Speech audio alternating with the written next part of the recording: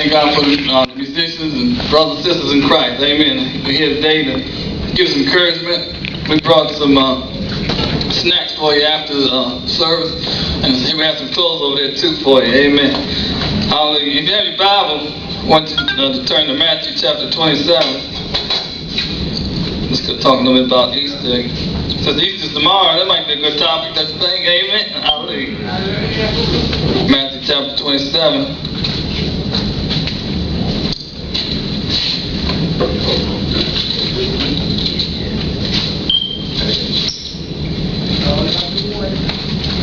And we start at verse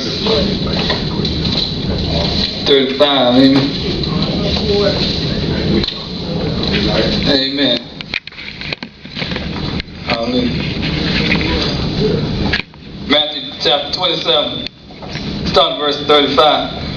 And it says, "And they crucified him, and parted his garments, casting lots, that it might be fulfilled which was spoken by the prophet.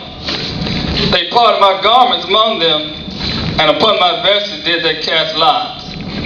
And sitting down, they watched him there, and set up over his head his accusations written, This is Jesus, the King of the Jews. Then were there two thieves crucified with him, one on the right hand and another on the left.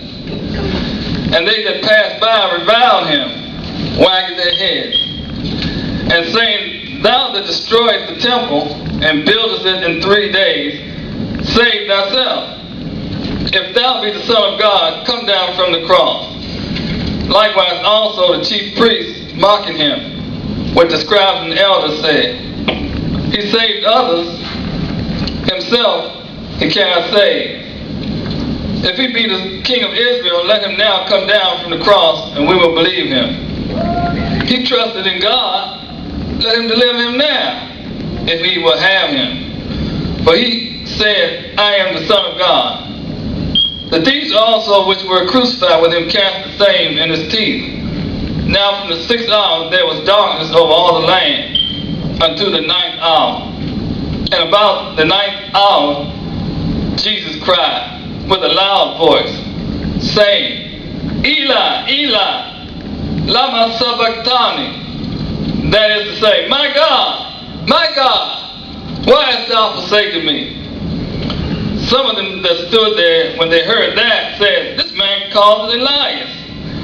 And straightway one of them ran and took a sponge and filled it with vinegar and put it on a reed and gave him to drink. The rest said, Let be, let us see whether Elias will come to save him. Jesus, when he had cried again with a loud voice, yielded up the ghost. Amen. Then over verse 28, but I won't read verse 28 just yet. Amen. I'm talking about what Jesus went through on the cross for us. Amen. Hallelujah. That Jesus was the perfect sacrifice on the cross for our sins. Amen. Hallelujah. See, we couldn't pay for our sins. God needed somebody that was perfect. Amen. And that was Jesus. Because Jesus, he was born of Virgin Mary, and he was born without sin. And it was prophesied in Genesis, after Adam and Eve had sinned in the Garden of Eden, God promised them a Savior. So when God said the serpent would bruise his heel, but he would bruise the head of the serpent, that was a prophecy for Jesus coming. And also when God said the seed of a woman would bruise the head of the serpent, there was no such thing as a seed of a woman back then. According to the Jews, the seed only had to deal with a man, because the man only has a seed. So when a man plants a seed in a woman will have a child. But a woman doesn't have a seed. But yet in Genesis, it was mentioned about the seed of a woman. So that could only mean the Virgin Mary when she had Jesus. Amen. That was the seed of a woman God was talking about. Amen. So all the way back in Genesis, in the very beginning of the Bible, God had made a provision for our sin. Amen. You know, when we sin, we not so much sin against the person. Amen. Yeah, it's true. You know, if we steal something from somebody, yeah, we steal from that person. Amen. Or if we curse somebody out, yeah, we cursing that person out. or if we commit adultery or something, somebody else's wife or husband, we hurting that person. But really, it's sinning against God, because we break God's commandments. Amen. Hallelujah. It's bad enough when we hurt people by sinning, but think about it. When you sin, you break the commandment of God, Almighty God, the one who created us. Amen. That's something to think about. Amen. But it's funny, before I got saved, I didn't worry about it. I was just sending up a storm. Amen. You name it. I did it. I said it. Whatever made me feel good, I did it. Amen. And I was just going my own way, not worrying about breaking God's commandments. Because I wasn't even sure if there really was a God. Amen. So hey, if there's no God, I'm going to eat, drink, and be merry, have me a good time. I don't know if God is this. He don't seem to care anyway. Amen. Hallelujah. I'm here to tell you this morning, God does care. Amen. That's why He sent us down here this morning. We could have been home watching the game. Amen. I could have relaxed, watch the movie or something. Amen. Hallelujah. But God put on our heart to come down and, give somebody a word of encouragement, because somebody's going through something. Amen. Hallelujah. We know what it's like to go through. Amen. Hallelujah. And God put on our heart to encourage y'all. Amen. So Jesus, He hung that cross for our sins. Amen. Hallelujah. So you may be asking, why me? Why me? Why am I going through stuff? Amen. I believe Jesus died on the cross for my sins. Amen. But hey, I don't seem to be helping right now. I seem like I'm going through something. Amen. Now, I'm trying to get on my feet, trying to get things together. Amen. But still, things don't seem to be working out, for me. Amen. Hallelujah. Well, Jesus suffered too. Amen. Hallelujah. When He was on earth, amen, when He walked this earth, they ridiculed Him. They blasphemed Him. Amen. Even Jesus didn't even have a place to stay. One of the disciples asked Him, Lord, where are you staying at? And Jesus said, the foxes have holes, the birds have nests, but the Son of Man doesn't have nowhere to lay His head. So Jesus, didn't have no place to stay at one time. Amen. And Jesus, He wasn't born in a beautiful home. He was born in a manger, with the animals and the hay and all that stuff. Amen. And He walked the earth. He didn't have no fixed address. Amen. He was just going from town to town preaching the gospel. Amen. But you don't have to have a whole lot of money, and riches. And if you got Jesus in your heart, the Bible says we got treasures in heaven. Amen. Not saying you're not going to ever get any riches. Amen. Ain't nothing wrong with having a few dollars in your pocket. Amen. Hallelujah. I not only want some gold, in heaven when I walk the streets of gold, I need some gold in my pocket right now. Amen. I not only just want to eat the tree of life and get my healing, I need some healing for my body right now. Amen. I can't wait to have, to have joy and peace and love. I need some peace right now. Amen. I need some joy right now. Amen. I need some love right now. Amen. He'll tell you, Jesus died on the cross for our sins, so He can give us things right now. Amen. He's a right now God. Amen. The Bible says now, faith is the substance of things hoped for, the evidence of things not seen. Amen. The Bible says faith is. Faith is right now. I know you're saying, well, I've been having faith for a long time, to get myself together. Nothing seems to be happening. Amen. Hallelujah. Well, the Bible says faith is the substance of things hoped for, the evidence of things not seen. Amen.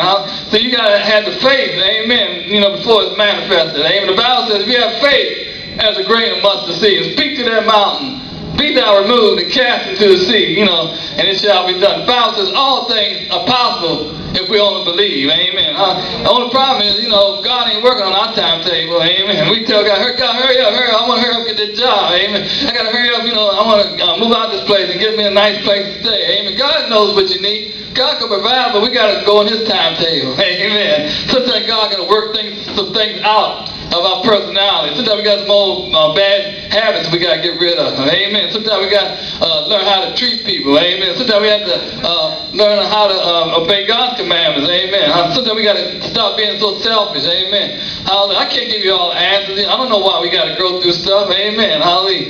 But the Bible says many are the afflictions of the righteous. Amen. But the Lord delivers them out of them all. Amen. The Bible says through much tribulation we get to the kingdom of heaven. Amen. Jesus was persecuted. Jesus suffered too. Amen. Why should we think that Jesus did all the suffering and we're not going to suffer nothing? Amen. I'm not looking for suffering, amen. But, if that's what it takes, for me to get to heaven, so be it, amen. It's funny, sometimes we got to go through hell in order to want to go to heaven, amen. That's what I had to do, amen. I didn't believe in God, but man, once I went through hell, in my life without God, and I said, Lord, help me, amen, hallelujah. When I cried out, my God, what have you forsaken me, amen? Why are you letting all this bad stuff happen to me? I'm a good person, amen. I try to treat people right, amen, hallelujah. And why are you letting all this bad stuff happen to me? Why have you forsaken me? Well, that's what Jesus said. Jesus said the same thing on the cross, amen. So you might be wondering, why did Jesus say that? Amen. Well, I believe that Jesus had to suffer, go through everything he possibly could go through, so nobody can ever say, well, hey, you don't know what it's like, to have God turn his back on you. Amen. So Jesus experienced that too. So now, hey, we can't say that, but Jesus, you ain't never had God turn his back on you, because, you and God been together for forever, But Jesus did experience that on the cross. In a moment in time, God the Father had to turn his back on his Son so he could suffer the punishment and know what it was like. Just like when we go through. But God hasn't really turned his back on us. Sometimes it seems that way. Amen. You ever see the footprints in the sand? Amen. Everybody knows this story. They say, Lord, when I was going through, where were you when I was going through something? Amen. And it says, I was with you, I didn't leave you, I was still with you, you just didn't realize it, amen. Because, they look back and saw the other set of footprints, amen. Footprints in the sand, amen. But anyway, that's why Jesus had to suffer a lot of things, I believe. And the crucifixion is a terrible way to die. And the Bible says he was beaten unmercifully, he was beaten, if you read Isaiah, he was beaten worse than any man would ever be beaten, for all time, amen. Hallelujah. Now, a lot of people we know get beat up a lot. We probably see pictures of people being beat up, what they look like, bruises and cuts all on the face and everything, and all over their body. But the Bible says Jesus suffered worse than anybody. And what happened was when the Roman soldiers beat Jesus with these whips, the whips were called had cat o' nine tails on the end. And so when they beat Jesus with these whips, these cat o' nine tails had little metal spikes on the end. So when they ripped, they hit him with the whip, the metal spike ripped into his body, amen. And he was just a blob of flesh. You wouldn't even recognize that it was a human being after they beat him so. Then he had to wear a crown of thorns, on his head, amen. Then they made him carry his cross, amen. He fell down a few times. Then they got a black man, Simon Cyrene, to carry the cross for a little while. And so Cyrene carried the cross for a little while, but then they make Jesus carry it. And then when they got Jesus to the cross, they put nails in his hands and in his feet. And then they raised him up on that cross. And the only way you can breathe while you're hanging on the cross, you got to push up on your heels to breathe. Because you can't, the way you're stretched out, you can't even really breathe. So the process of Jesus pushing up on his heels got bruised. And that's where that prophecy in Genesis came when it says the serpent would bruise his heel. Amen. Hallelujah. Jesus' heel was bruised. Amen. Because he had